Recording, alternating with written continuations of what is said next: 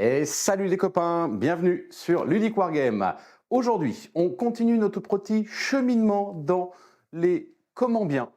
Après comment bien commencer Warhammer 40 000, après comment bien faire sa phase de déploiement, maintenant comment bien gérer sa phase de commandement.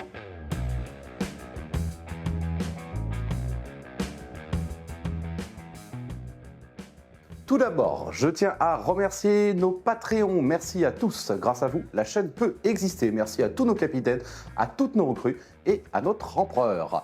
Il reste quelques slots de disponibles sur Patreon si vous souhaitez nous soutenir. Quelques slots de capitaine, quelques slots de recrues. À partir de 5 € par mois, vous pouvez obtenir des remises chez notre partenaire Ludetopia. Ludetopia s'affiche ici là-haut. Et lorsque vous êtes recrue ou capitaine, vous bénéficiez de 20% de remise supplémentaire chez Ludetopia. Non seulement vous avez cette remise, mais en plus, quand vous êtes capitaine et recrue, vous pouvez pré-réserver les précommandes chaque semaine afin de vous garantir l'obtention de votre petite commande le samedi de la sortie. Évidemment, toutes les précommandes, si le nombre est un petit peu limité, les capitaines sont prioritaires. Et s'il reste des boîtes, et bien évidemment, ça part directement chez les recrues. Voilà, ceci étant dit, maintenant, on passe directement à la phase de commandement pour Warhammer 40 000. La phase de commandement. La phase de commandement, c'est quoi? Tout simplement, c'est la première action que vous allez faire dans une partie de Warhammer 40 000. Comment ça se passe clairement? Tout simplement, c'est là où on va marquer des points, c'est là où on va donner des ordres, c'est là où on va tirer ses cartes, c'est là où on va faire toute la phase de commencement finalement d'un tour de joueur.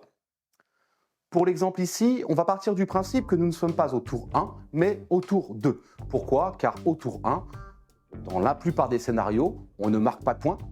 A priori, vous n'avez pas encore perdu de troupes, sauf si vous êtes deuxième joueur et que vous vous êtes mal déployé. Je fais référence évidemment à la vidéo « Comment bien se déployer pour éviter d'avoir des pertes lors de son tour 1 ». Et donc, on va passer directement au tour 2, puisque le tour 1 n'est pas très intéressant en termes de phase de commandement. La première chose à faire lors d'une phase de commandement, c'est avant toute chose de gagner un point de commandement. Chaque joueur gagne un point de commandement lors de sa phase de commandement. Il arrive parfois que certaines armées ont la possibilité de gagner un point de commandement supplémentaire lié à une spécificité d'une datasheet d'un personnage. Généralement, c'est plutôt un personnage qui vous permet de gagner un point de commandement supplémentaire ou une unité par une action particulière vous permet de gagner ce point de commandement supplémentaire. Vous avez pris votre petit point de commandement dans la poche et maintenant, il va falloir commencer par la première chose à faire, c'est-à-dire tester le commandement de vos unités. Pourquoi teste-t-on le commandement des unités? La commandement des unités, c'est la petite case CO, commandement, que vous trouverez sur toutes les fiches d'unités. Ce chiffre peut aller de 4 à 8 ou 9, je ne sais plus très bien, mais globalement, c'est jamais en dessous de 4 et c'est très rarement au-dessus, enfin c'est jamais au-dessus de 9 non plus. Donc, on va prendre chaque unité et on va tester son commandement. Comment on va faire? On va simplement prendre 2 dés, lancer ces 2 dés et on doit avoir un résultat qui soit supérieur ou égal au commandement de l'unité. Dans quel cas doit-on faire ce test de commandement? Ce test de commandement est à faire dans un cas simple des règles de base, c'est lorsque mon unité est en dessous de sa demi-force. Par exemple, si j'ai commencé ma partie avec 10 unités de Space Marine, 10 bonhommes qui constituent cette unité, ils sont 10, à partir du moment où ils vont être plus que 4 à la phase de commandement, je vais devoir tester leur commandement. Je lance mes 2 dés et qu'est-ce qui se passe? Soit je réussis, soit c'est un échec. Si je réussis, concrètement, il ne se passe rien de spécial.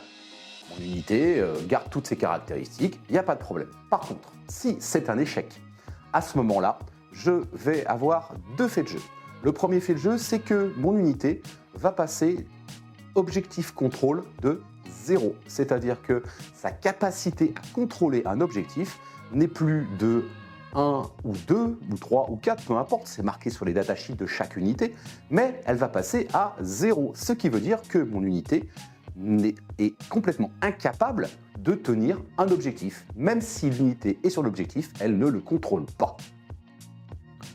Deuxième chose, une unité qui est dite Battle Shock, puisque c'est le terme générique, et qui a perdu son commandement, ne peut pas faire l'objet de l'utilisation de stratagèmes sur l'unité. Donc, aucun stratagème possible sur une unité qui a raté un test de commandement et qui est donc Battle Shock. Lorsque vous avez réalisé tous les petits tests de commandement des différentes unités, vous allez devoir ensuite tirer vos cartes de Nexus Paria. Vous tirez vos cartes Paria Nexus, 2 cartes dans la plupart des cas, et vous avez vos objectifs pour la mission en cours. Vous avez à ce moment-là la possibilité de tirer une nouvelle carte en éliminant une des cartes que vous avez en main.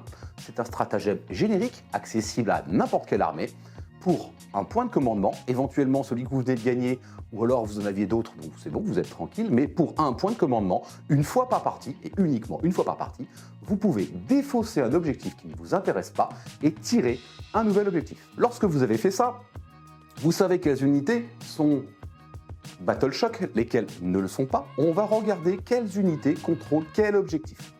Comment ça va se passer? D'une façon très simple. Vous regardez votre unité sur l'objectif, elle n'est pas Battle Shock, il n'y a pas d'unité ennemie sur l'objectif, automatiquement vous contrôlez l'objectif.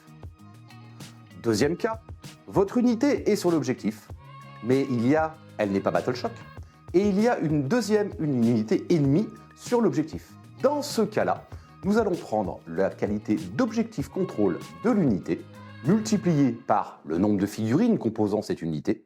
On va compter le total pour vous, le total pour l'adversaire. Si votre total est supérieur au sien, vous contrôlez l'objectif. Si c'est l'inverse, c'est lui qui le contrôle. Et si c'est un match nul, eh bien, personne ne le contrôle, tout simplement. Ça va vous permettre de marquer vos points dits de primaire. Lors de cette phase de commandement, vous pouvez également marquer certaines cartes d'objectifs secondaires. Dans ce cas-là, il est clairement noté sur la carte d'objectifs secondaires que vos points se marqueront lors de votre prochaine phase de commandement.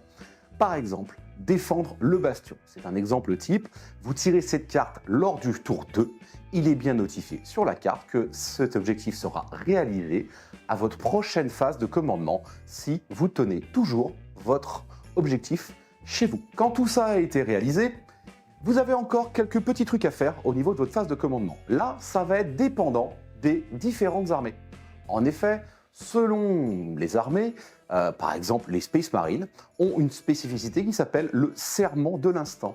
Le serment de l'instant, on doit désigner une unité ennemie qui nous permettra d'avoir la relance des touches, voire la relance des as à la blesse. Et ça, c'est lors de la phase de commandement. Je pense également à l'Astra Militarum qui doit donner des ordres à sa phase de commandement, à des unités, à différentes distances des commandeurs, etc., etc. Il y a plein de règles comme ça, donc elles sont vraiment spécifiques à votre armée. Ça, généralement, enfin, c'est pas généralement, c'est tout le temps, c'est noté dans votre codex. Et c'est noté à votre phase de commandement. Vous pouvez faire ça, faire ça, faire ça. Donc, toutes ces actions-là se réalisent au moment de la phase de commandement. Dernière chose, lors de la phase de commandement, je vous ai dit qu'on devait tester le commandement des unités.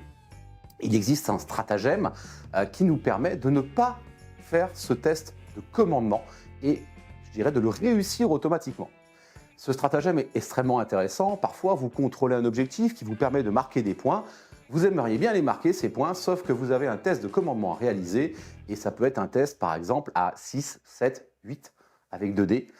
On n'est pas sûr de faire moins que ça. Donc, éventuellement, vous pouvez dépenser un point de commandement une seule fois par partie pour faire ce stratagème vous permettant de réussir automatiquement votre test de commandement. Attention, ce stratagème s'utilise avant de faire le test de commandement. Vous ne pouvez pas jeter les dés, rater votre test de commandement et ensuite dire à votre adversaire « Non, je vais plutôt claquer un point de commandement pour jouer ce stratagème et me permettre de réussir mon test. » Non, le stratagème doit être utilisé avant de lancer les dés. Et voilà, globalement, c'est une phase assez courte, mais qui a toute son importance, puisque vous avez pu le voir que c'est là qu'on marque à peu près tous les points. Donc, bien réaliser sa phase de commandement, bien penser à l'ordre des choses, mais bon, c'est pas plus compliqué que ça concrètement, hein. Donc voilà pour la phase de commandement. Et puis, on passera dans une seconde vidéo à une phase, cette fois-ci, par contre, beaucoup plus longue, beaucoup plus technique, beaucoup plus tactique, beaucoup plus importante encore, c'est la phase de mouvement. Mais avant ça, moi, je vous dis à plus les copains!